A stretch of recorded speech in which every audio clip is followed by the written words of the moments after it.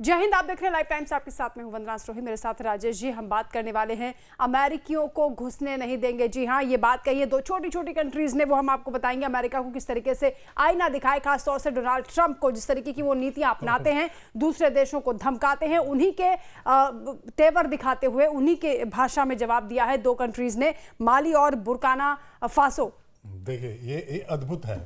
एक तरफ super power है, दुनिया का इकलौता सुपर पावर है, डोनाल्ड ट्रंप जैसे राष्ट्रपति हैं वहाँ, जो पूरी दुनिया पर चौधराहट करते हैं और अलग अलग तरीके से दुनिया को प्रेशर में लेते हैं। जैसे अभी उन्होंने टैरिफ के सहारे लिया जी। और दूसरा अभी ये आ रहा था कि बहुत सारे देशों के 39 कंट्रीज के नागरिकों को उन्होंने एंट्री बैन कर दी अमेरिका में।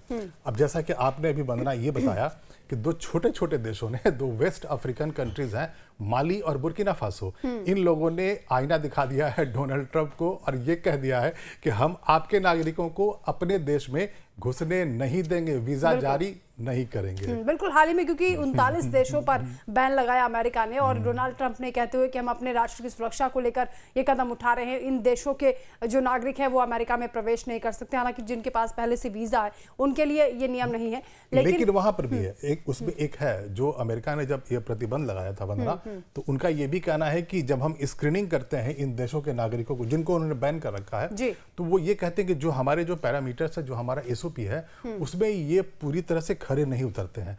और जब अमेरिका में आते हैं, सरहद में आते हैं अमेरिका के, तो वो अमेरिका की law and order situation, national security के खिलाफ जाता है, उनके जो बिहेवियर होते हैं, और इसी आधार पर उन्होंने वीजा देने से मना कर दिया। मतलब साफ है कि आप ये कह रहे हैं कि आप अमेरिका की सुरक्षा के लिए खतरा पैदा करते हैं अमेरिका में जब आते हैं। और वही जवाब ये दो छोटे देशों ने दिया है। अब वो ये कह रहे हैं कि जो अमेरिकी उनके देश में आएंगे वो उनके देश की सुरक्षा के लिए वो खतरा पैदा करेंगे।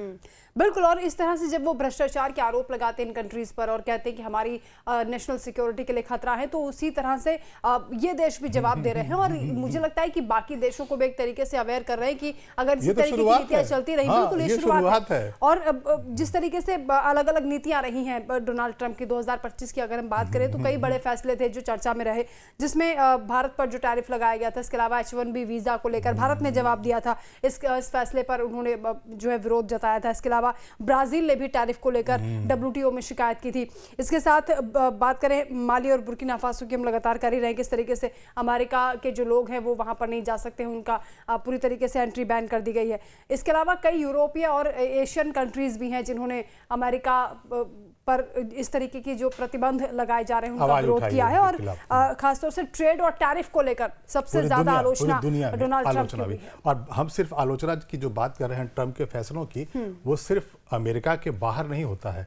अमेरिका में ही, अमेरिका के अंदर में ही 2700 सिटीज में एक बार डोनाल्ड ट्रंप के फैसलों के कारण हजारों लाखों लोग सड़क पे उतर आए थे और नो किंग प्रोटेस्ट कहा गया था। मतलब अमेरिका की जनता ने ये दिखा दिया था उस दिन डोनाल्ड ट्रंप को कि आप अमेरिका के राजा नहीं है, आप राजा की तरह फैसले नहीं ले सकते हैं। और हम जो यहाँ पर अभी चर्चा कर रहे हैं वंदना, हम वही कर रहे हैं कि जो डोनाल्ड ट्रंप है, जब से वो राष्ट्रपति बने हैं दूसरी बार, पहली बार भी वो वैसे ही करते थे।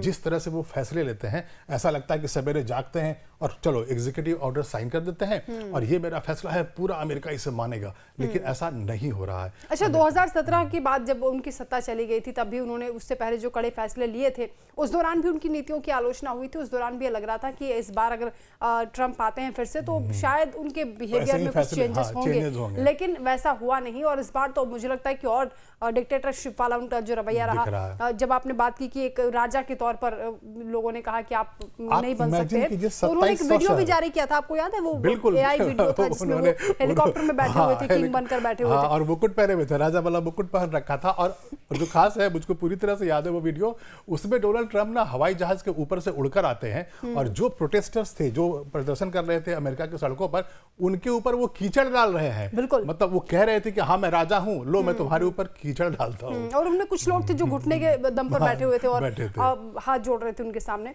तो ये बहुत सी चीजें हैं जिसको लेकर डोनाल्ड ट्रंप ट्रंप की आलोचना हुई है, लेकिन जिस तरीके से अब डोनाल्ड ट्रंप को जवाब दिया जा रहा है, छोटी छोटी कंट्रीज भी ये बता रही हैं कि देखिए आप किसी के मानव अधिकारों का उल्लंघन नहीं कर सकते, किसी की इमेज आप इंटरनेशनल लेवल पर खराब नहीं कर सकते। देखिए मुझको हंसी आ रही है, वो इसलिए आ रही है कि डोनाल्ड ट्रंप ने उस प्रोटेस्ट के दौरान हवाई जहाज से अपने ही नागरिकों के ऊपर कीचड़ डाला था।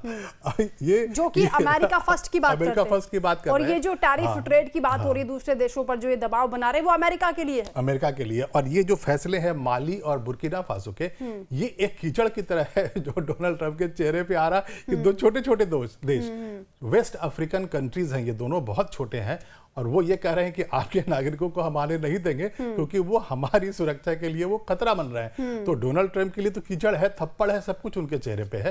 तो अभी भी शायद वो समझ जाएं, हालांकि वो इसे बहुत अच्छे तरीके से ये कहते हैं कि वो अमेरिका फर्स्ट की नीति पे चलते हैं। जब उनका पहला प्रेसिडेंसी था, पहली बार जब राष्ट्रपति बने थे, तब भी उन्होंने यही कहा था। दूसरी प्रेसिडेंसी के लिए जब वो कैंपेन कर रहे थे, कैनवेसिंग कर रहे थे, तब भी यही कह रहे थे कि अमेरिका को फिर से वो ग्रेट बनाएंगे, अमेरिका के लिए काम करेंगे। लेकिन यही काम हो रहा है कि छोटा छोटा देश उन्हें दिखा रहा है आईना।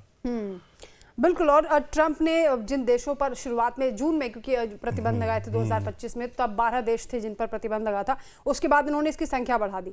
आप देखिए कि इसमें कई ऐसी कंट्रीज हैं जो आप यकीन नहीं करेंगे कि जिनसे खतरा बता रहे हैं, जिन पर भ्रष्टाचार के आरोप लगा रहे हैं। ईरान जैसी कंट्रीज हैं इसमें, आप देखिए सूडान है, सोमालिया है, इसके अलावा गिनी है, म्यांमार है, अफगानिस्तान का तो चले मान लेते हैं कि अफगान नागरिकों को लेकर उन्होंने कहा कि जो हमला हुआ था अमेरिका में उसके लिए अब अफगानी जिम्मेदार हैं, जो 2 लोगों का नाम सामने आया था। लेकिन बाकी कंट्रीज पर आप इस तरह के आरोप लगाएंगे तो जाहिर है वो जवाब देंगे। बिल्कुल कोई तथ्य नहीं होता। अमेरिका की जो सिक्योरिटी सर्विस है वो इतनी स्ट्रांग है कि जो एसओपी के नाम पे वो जिस तरह से स्क्रीनिंग करते हैं, वहां कोई भी जाता है तो जाहिर है उसमें अगर कुछ ऐसा निकलता भी है तो आप हर केस के बेसिस पे, केस टू केस बेसिस पे आप उसे सॉल्व कर सकते हैं। लेकिन आप किसी एक देश को और बहुत सारे देशों को, आप 39 कंट्रीज को कह देंगे कि नहीं हम आपके नागरिकों को तो घुसने ही नहीं देंगे, तो आपकी जो फॉरेन पॉलिसी है, डोनाल्ड ट्रंप की जो फॉरेन पॉलिसी है वंदना, उस पर एक बड़ा सवाल उठता है। बिल्कुल। और इसीलिए मुझे लगता है कि जो विरोध अभी शुरू हुआ है, अभी धीरे धीरे आपने पहले भी बताया कि कंट्री के अंदर भी देखा गया, अमेरिका के भीतर भी लोग जो इसकी आलोचना करते हैं। इतिहास में कभी नहीं हुआ था। बिल्कुल फर्क पड़ता है सर, क्योंकि अब लोगों को भी इस बात की अब अवेयर हो गए हैं लोग इस बात से कि अगर आप दूसरे देशों के साथ रिश्ता बिगाड़ेंगे तो आपकी अर्थव्यवस्था पर असर पड़ेगा, आपकी जो व्यापार संबंधी चीजें हैं उन पर असर पड़ेगा और इसका जो अल्टीमेटली प्रभाव है वो उनको खुद उसका खामियाजा भुगतना पड़ेगा। पड़ गया है। अगर हम विश्व समुदाय की बात भारत के साथ भी रिश्ते जो कमजोर हुए हैं उसको लेकर भी खूब आलोचना होती है। वहाँ के जो एक्सपर्ट्स हैं, जो पूर्व मंत्री हैं, वो लोग भी सवाल उठाते हैं।